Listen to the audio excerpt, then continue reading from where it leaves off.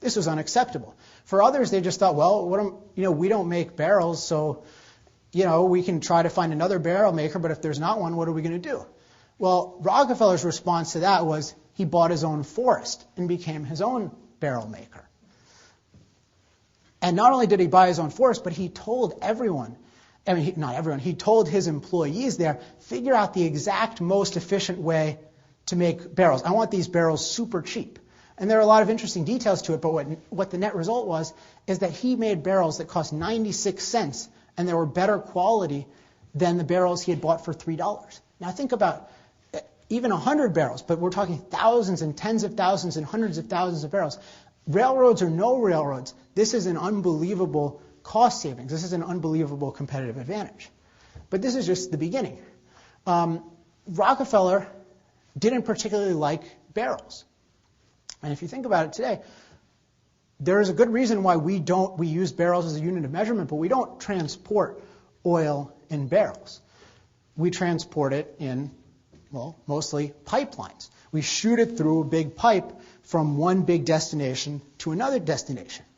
And the reason we don't do it in barrels is because think of an oil refinery as a big vat, and think of an oil well as a big vat. Your goal in transportation from crude to a refinery is to move one vat's contents to another vat. Now, is the most desirable way to do that to package that vat into a bunch of tiny little, very, very expensive packages, put them on a train, a third of them will fall off, and then unpack each one of those little packages and then dump it in this other big vat? Well, no, that's inherent. That's on its face not the ideal if you can find something better. So Rockefeller was on the lookout for how can we find a better way to do this? And he himself didn't invent the solution. But as soon as it came on the market, he jumped on it like no one else did. And the solution is called the tank car. And the tank car is kind of what it sounds like. It's a railroad car that's a giant tank. So the oil can be poured into the tank car much more efficiently and then be transported to its destination. Now, these tank cars required investment. They cost $800 as against $400. But Rockefeller saw that in the long run, that investment would pay off. So he got involved in tank cars. Now, for various reasons, he couldn't get rid of barrels altogether because to ship to customers, barrels aren't so bad because customers need either whether retail stores or individuals need it in those smaller packages. So his barrel savings were still really valuable, but he got rid of them as much as possible, getting his own crude. Now, finally, let's take it one other point of the transportation equation. This is where the rebates come in. So Rockefeller's already got his barrels as cheap as possible. He's replaced his barrels wherever possible. Now what he wants to attack is the inefficiency of the train route. Now, the way that barrels and oil are transported is, it's like, those shuttles you take to the airport and you agree to pay some fairly small amount of money and then 15 people get on the shuttle and you have to get up at 2 a.m. and it makes all those different stops. Well, that was what happened. That was how oil was basically transported. You had a dozen people's different cargo, whether it's Rockefeller, or someone's sweater, and they all have to make all these stops at all of these different destinations. And what happens is that slows down the process and makes the railroad have to spend a lot more money. So Rockefeller came up with the idea of, well, I'm producing a lot of kerosene here. I'm dealing with a lot of oil. What if I just offer them an exclusive route of just my stuff? So he put together 60 tank cars, and he guaranteed the railroads. He said, no matter what, even if I don't have any oil, I will run 60 cars, rain or shine, no excuses, on your railroad from, say, New York to Cleveland. And what happened was, I'll actually read you the quote from, this is the person who gave Standard Oil its first rebate. And he said, if any of you can ever provide me the same deal as Standard Oil, I'll give anyone who wants a rebate. But this is what he says. This is a quote. The then average time for a round trip from Cleveland to New York for a freight car was 30 days. To carry 60 cars per day would require 1,800 cars at an average cost of $500 each, making an investment of $900,000 necessary to do this business, et cetera, et cetera. And they said, but if 60 carloads could be assured with absolute regularity each and every day, the time for a round trip from Cleveland to New York and return could be reduced to 10 days. Only 600 cars would be necessary to do this business with an investment, therefore, of only $300,000. So he's cutting the cost by not a math major.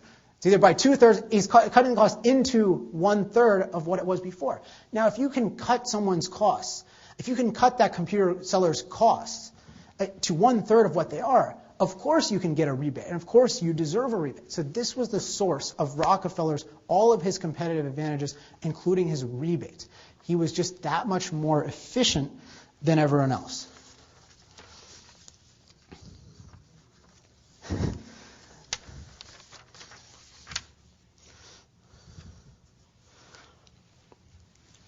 Now, there's one other, there are a lot of innovations that we can talk about with Rockefeller, but I want to stress one innovation that underlies everything I've talked about, because it's important in appreciating what Rockefeller did. And that is the innovation of big business. And we're taught to think of, well, big business is a bad thing. But if we step back, if Rockefeller was not a big business, there's no way he could have afforded, say, a forest. There's no way he could have afforded these tank cars, because all of these things, all of these innovations required large upfront investments, which were worthwhile because he could spread them across many, many units and thus be profitable. So his forest was amazingly profitable, but only because he was a large-scale enterprise. And one aspect of his genius is that from an early, and this is before everyone understands, what we call in economics economies of scale. This is before big business is really a phenomenon.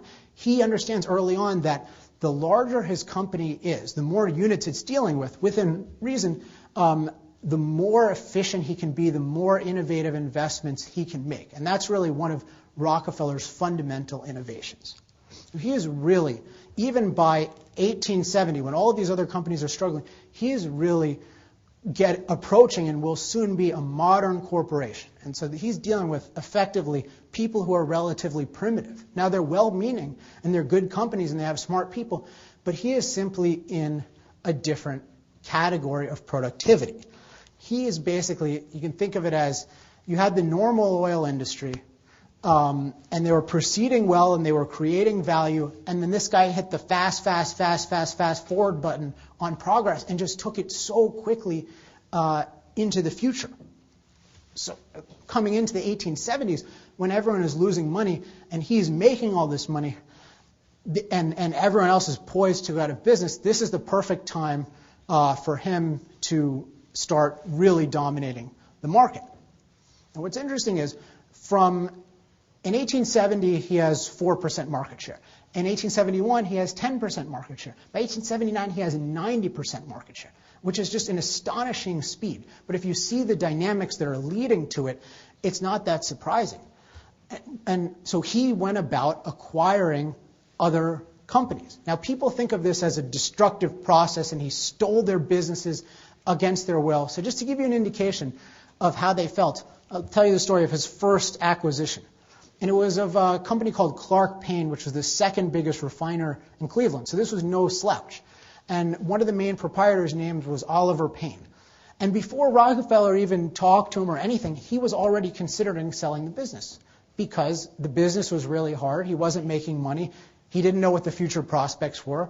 He was having a lot of difficulty. But then when Rockefeller came to him, he was just complete. And what really did it for him is Rockefeller opened up his books and showed him what his costs were and what his income was. And he is beyond his comprehension how anyone could produce kerosene that cheaply. And his son later described him as, quote, thunderstruck at that anyone could do this. So he eagerly sold the company. Rockefeller paid him market value plus a premium for goodwill. And to give you an indication of how this kind of thing proceeded, one thing Rockefeller demanded was that Payne come work for him. Because Rockefeller wasn't just acquiring these companies to get market share, to get even material. The material could sometimes be valuable, sometimes not. But what he really wanted was the talent. Now, these people didn't have his talent. They didn't have his ability. But he was a once-in-a-generation business mind. But he recognized that with the talent of these people in the industry under his direction, they could do phenomenal things.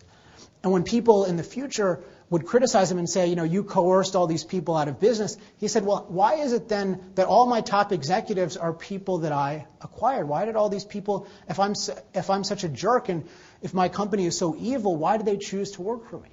And the answer is